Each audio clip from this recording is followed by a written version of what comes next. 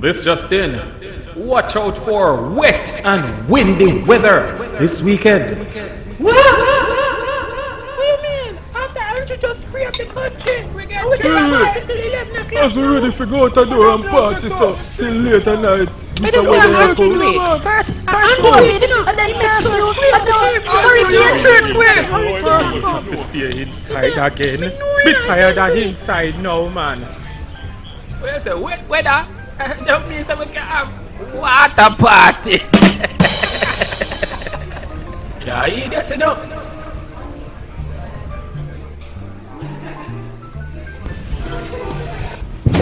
But all fun and jokes aside, we really should be prepared for increases in wind and definitely showers this weekend. If you are on the south coast, definitely if you are a fisherman, it wouldn't be advised to be on the seas this weekend. There is also a development of Tropical Storm Elsa, and I will let Mr. Romayne Robinson bring you further details on this weather warning.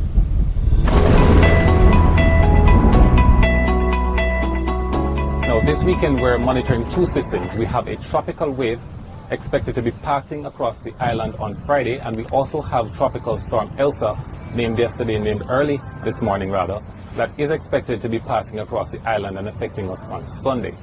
So for the tropical wave tomorrow, we are expecting that Jamaica will be experiencing an increase in cloudy conditions across the island beginning in the morning, especially across the east. We're expecting showers and a few thunderstorms across eastern parishes in the morning, which continues into central and western parishes by afternoon. We're expecting a decrease in cloudy conditions on Saturday, but by Saturday night we should begin to experience the effects of Tropical Storm Elsa, which should be very close to the island at that time. So an increase in clouds, an increase in wind speeds, and a few showers are also expected mainly across eastern parishes between Saturday night and Sunday morning, continuing across central and western parishes by Sunday afternoon. Now we have a small craft warning that has been in effect for offshore areas of the south coast from Monday, but we're expecting to have a small craft warning and a gale warning in effect for both north and south coast by tomorrow night. Also, it continues into Saturday as well as Sunday morning and Sunday afternoon.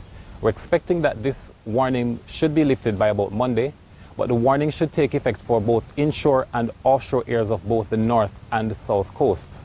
We're expecting the strongest storm surge to be over the northern section of the island, and we're expecting the strongest storm surge to begin affecting the island in the morning on Sunday. We're expecting that residents begin making preparations from now. They can begin by clearing their yard spaces of debris.